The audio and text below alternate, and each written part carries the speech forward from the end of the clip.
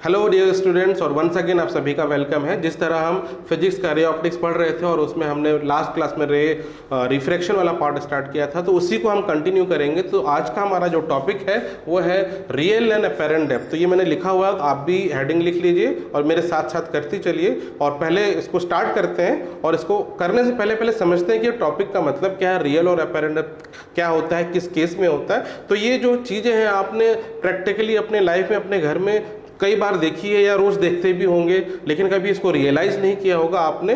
तो ये किस केस में होता है? ये उस केस में होता है जैसे मान लीजिए कभी आप अगर गए हैं स्विमिंग पूल और स्विमिंग पूल के बाजू में खड़े हैं, वहाँ पानी है स्विमिंग पूल। जब स्विमिंग पूल का आपने कभी बॉटम अगर देखा है खड़े होकर, तो उसमें दिखता है काफ़ी ऊपर दिखता है बॉटम, और बहुत दूर से देख के लगता है ये तो गहरा ही नहीं है। लेकिन जैसे आप स्विमिंग पूल में उतरते हैं तो उसका आपको बॉटम मिलता ही नहीं, वो बहुत बहुत गहरा होता है। तो यानी वो बहुत गहरा होता है, लेकिन जब हम बाहर से एक सर्टेन एंगल से देखते हैं तो ऐसा लगता है कि ये तो बहुत कम गहरा है। ये चीज़ तब भी होती है जब मान लीजिए आपके पास एक बड़ा सा कंटेनर या टब है और उसमें एक कॉइन रखा है, ठीक है, और उसको आप बाहर से देख रहे हैं इन बाय सम एंगल, तो आपको क्या लगेगा, जो जितनी उसकी एक्चुअल डेप्थ है उससे थोड़ा सा ऊपर उठा हुआ दिखेगा। और यदि आपको इसको एक्सपीरियंस करना है तो आप उस कॉइन को हाथ से उठाने जाएंगे तो जिस डेप्थ में वो दिख रहा है उस डेप्थ पे आपका हाथ पहुंचेगा, लेकिन आपको कॉइन नहीं मिलेगा, आपको और अंदर जाना पड़ेगा तब वो कॉइन मिलेगा।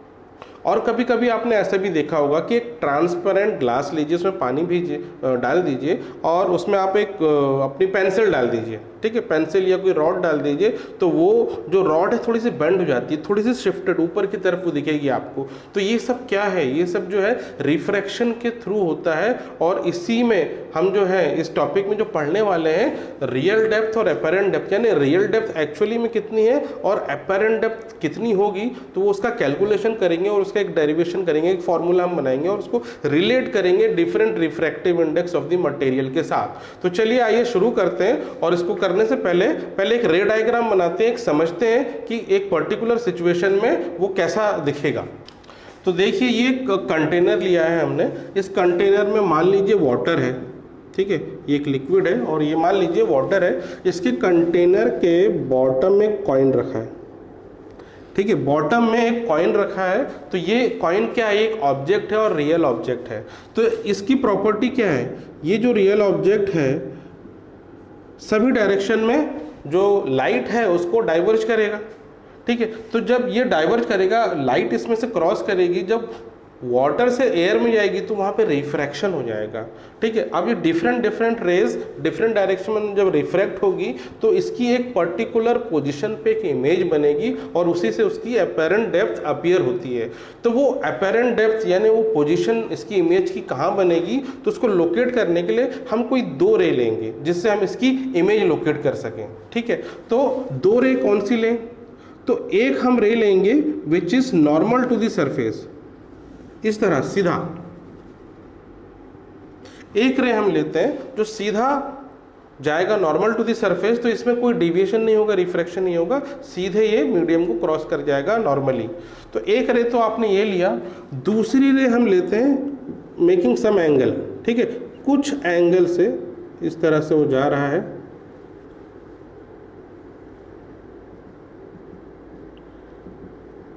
तो जैसे ही ये मीडियम चेंज होगा यहाँ पे नॉर्मल हम बनाते हैं, और ये हो गया इंसिडेंट एंगल ऑफ इंसिडेंस, और यहाँ पे रिफ्रैक्शन हो जाएगा ये एंगल ऑफ रिफ्रैक्शन, ठीक है, ये एंगल ऑफ इंसिडेंस और ये एंगल ऑफ रिफ्रैक्शन।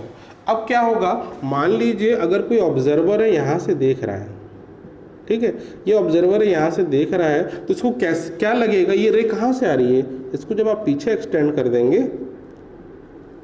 तो उसको लगेगा इस पॉइंट से, ये इस पॉइंट से एक्चुअली रे आ रही है। तो इसको जो कॉइन है जो बॉटम में था इसको ऊपर दिखेगा, इसको जो कॉइन बॉटम में था ऊपर दिखेगा।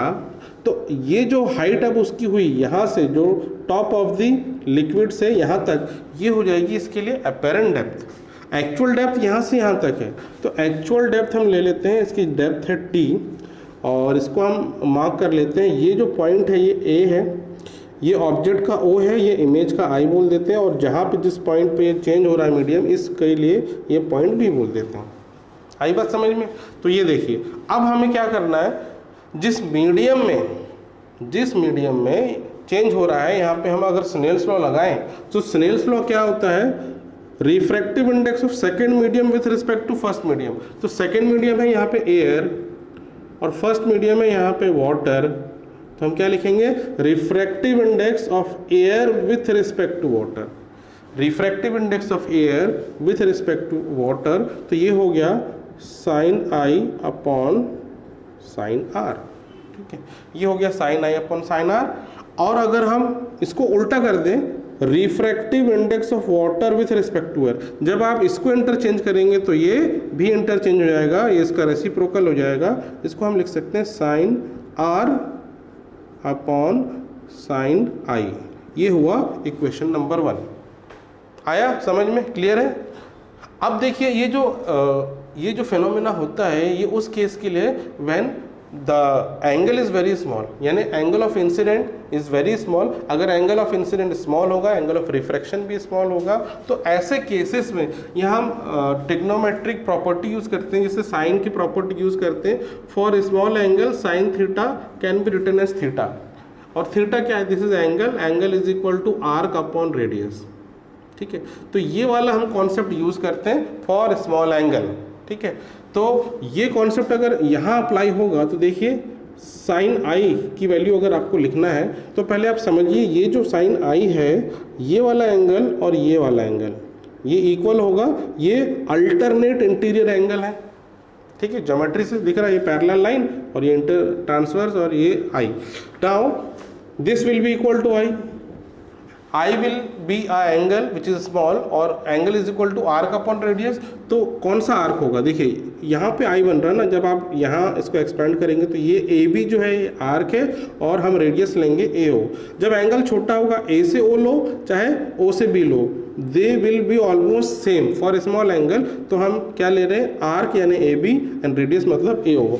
तो आर्क हो गया AB और रेडियस हो गया AO। ठीक है, तो ये साइन आई की वैल्यू हमने ऐसे निकाली। वैसे आप साइन आर की वैल्यू निकाल सकते हैं। साइन आर देखिए एंगल कौन सा होगा, ये एंगल ऑफ रिफ्रैक्शन है, इसको जब हम पीछे एक्सटेंड करेंगे यहाँ पे तो ये एंगल, ये और ये करेस्पॉन्डिंग एंगल बन रहे हैं, तो ये आर है तो ये भी आर होगा। इसको आप देखेंगे ये दो पैरेलल लाइन और ये ट्रांसवर्सल, तो ये करेस्पॉन्डिंग एंगल हो गया, तो ये आर है। अब इस केस में भी हम वही देखिए, मैंने इसको भले ही बड़ा बनाया है लेकिन एक्चुअली जो फिनोमेना हो रहा है ये बी पॉइंट ए के बहुत पास है और ये आई और आर छोटे छोटे हैं, तो ये मान के आपको चलना है। तो in case this case sine r will be r और r will be equal to arc upon radius. Arc A B है और रेडियस है इसका ए आई, तो arc equal r is equal to arc upon radius, arc A B, radius हो गया ए आई। और ये वाली वैल्यू अब हम रखेंगे दिस इक्वेशन 1 में। ठीक है, now refractive index of water with respect to air है, इसको मैं म्यू ही लिख दे रहा हूँ, इट इज अंडरस्टूड ये रिफ्रैक्टिव इंडेक्स ऑफ वाटर ही होगा। अब A B sorry sine R क्या हो गया, ए बी अपॉन आई ए आई, और साइन आई क्या हो गया, ए बी अपॉन ए ओ, जिसमें से ए बी कट जाएगा और क्या बचा आपके पास, ए ओ अपॉन ए आई, ये रिलेशन। तो ये है क्या, ये रिलेशन क्या दिखा रहा है, रिफ्रैक्टिव इंडेक्स। इसको यहाँ मैं अच्छे से लिखता हूँ, ये क्या दिखा रहा है, refractive index will be equal to A O है real depth divided by A I है अपैरेंट डेप्थ।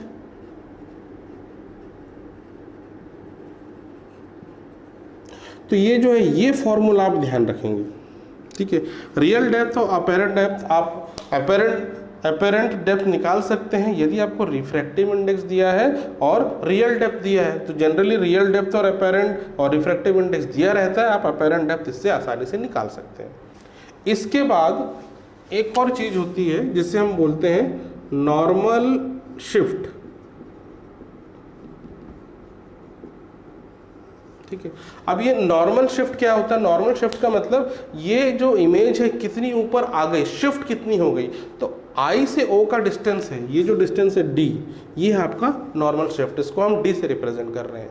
तो ये देखिए जो नॉर्मल शिफ्ट है आई से ओ का डिस्टेंस है और इसको हम ऐसे लिख सकते हैं ए ओ माइनस ए आई, ए ओ माइनस ए आई, इस तरह से लिखा जा सकता है।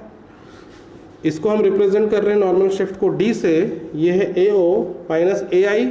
इस इक्वेशन से आप AI की वैल्यू लिखेंगे, क्रॉस मल्टीप्लाई कर देंगे तो AI हो गया AO अपॉन म्यू, और AO कॉमन निकाल लेंगे तो 1 माइनस 1 बाय म्यू। AO है रियल डेप्थ, और रियल डेप्थ हम T से रिप्रेजेंट कर रहे हैं, तो this is T 1 minus 1 by mu, और ये हुआ आपका एक्सप्रेशन। ठीक है, तो दो रिलेशन हमको इससे मिल रहे हैं, refractive index real that apparent depth का रिलेशन, दूसरा normal shift in terms of the thickness and the refractive index. तो इन दोनों रिलेशन के ऊपर, इसके ऊपर काफ़ी अच्छे क्वेश्चंस बनते हैं। तो इसके बाद ये टॉपिक आप लिख लीजिए, समझ लीजिए, और इसके बाद हम इसके ऊपर कुछ क्वेश्चन करेंगे। तो ये देखिए क्वेश्चन है रियल और अपैरेंट डेप्थ के ऊपर। तो क्वेश्चन में क्या दिया है, एक ट्रांसपेरेंट क्यूब है ऑफ साइड 210 mm। एक ट्रांसपेरेंट क्यूब है, देखिए 6 साइड्स है उसके, क्यूब है उसका, all 6 sides are 210 mm, contains a small air bubble in it. ठीक है, तो इसको मैं ऐसे बना ले रहा हूँ फिलहाल। एक क्यूब है, ठीक है, ये 3 डायमेंशनल है, मैं इसको 2 डायमेंशनली बना रहा हूँ। एक क्यूब है और इसके अंदर बीच में कहीं एक एयर बबल, ठीक है, कभी कभी क्या डिफेक्ट के कारण जो है, जो उसमें कंस्ट्रक्शन में एयर बबल आ जाता है, तो ये ही वैसा ही एक एयर बबल है इसमें, और it's apparent distance when view through one face of the cube is 100 mm। इसका मतलब ये है, मान लीजिए जब हम यहाँ से ऊपर से देख रहे हैं, ठीक है, कोई पर्सन इसको ऊपर से देख रहा है, तो रियल डेप्थ इसका ये है, लेकिन ये थोड़ा सा ऊपर दिख रहा है, ठीक है, ऊपर दिख रहा है यहाँ से यहाँ, ठीक है। तो अपैरेंट डेप्थ, इसका जो अपैरेंट डेप्थ है, जब यहाँ से आप देखेंगे तो इस कंडीशन में है अपैरेंट डेप्थ इसका 100 mm, ठीक है। जब हम टॉप से देख रहे हैं, इसका अपैरेंट डेप्थ आ रहा है 100 mm, apparent depth from top, ठीक है। लेकिन अब जरूरी नहीं हम टॉप से देख रहे हैं, अब इसमें क्या बोल रहा है क्वेश्चन में, when viewed from the opposite side, यदि कोई ऑब्जर्वर नीचे से देख रहा है, ठीक है, नीचे के डायरेक्शन से, मान लीजिए कहीं लटका हुआ है और हम नीचे से भी देख सकते हैं, तो जब हम नीचे से देखते हैं तो ये थोड़ा सा इधर की तरफ शिफ्टेड दिखता है, और कितना दिखता है, from the opposite side it is 40 mm। तो जब नीचे से देखते हैं जो अपैरेंट डेप्थ है वो है 40 mm। तो क्वेश्चन समझ में आ रहा है। ऊपर से देखते हैं, इसको भी मिटा देता हूँ, ये है एक्चुअल बबल। ऊपर से देखते हैं तो जो इसका रियल डेप्थ है उससे वो कम दिखता है उसका डेप्थ, और ऊपर से दिखता है 100 mm और नीचे से दिखता है 40 mm।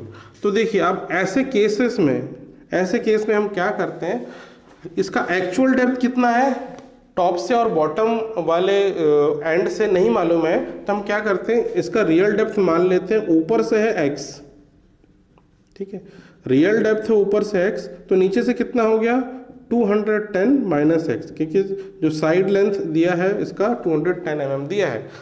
आपको यूनिट चेंज करने की जरूरत नहीं, जो भी आंसर आएगा mm में आ जाएगा, तो यहाँ पे कन्वर्जन की भी आपको जरूरत नहीं है। ऊपर से डिस्टेंस है x रियल डेप्थ, और नीचे से कितना है 210 माइनस x, ठीक है। तो रियल डेप्थ इसको हम ले रहे हैं x, वैसे ही apparent depth from bottom 210 minus x, ठीक है। तो देखिए ऊपर से देखेंगे फिर नीचे से देखेंगे, तो जो हमारे पास जो रिलेशन है रिफ्रैक्टिव इंडेक्स और रियल एंड अपैरेंट डेप्थ का, तो आपको 2 इक्वेशन बनाना है, एक बार ऊपर से जब हम देख रहे हैं और एक बार नीचे से देख रहे हैं, 2 इक्वेशन बनेगा, उसको सॉल्व करके हमें x की वैल्यू निकालनी है। तो देखिए फॉर्मूला क्या था, refractive index is equal to real depth, है ना। जब हम फ्रॉम टॉप से देख रहे हैं, रियल डेप्थ क्या है x है, अपैरेंट डेप्थ क्या है 100, ठीक है। ये बनेगा equation 1। Refractive index from top is equal to real depth from the top upon apparent depth from the top. अब जब हम बॉटम से देख रहे हैं तो क्या फॉर्मूला बनेगा, refractive index is equal to real depth, नीचे से रियल डेप्थ है 210 minus x divided by apparent depth है 40, ये है इक्वेशन 2।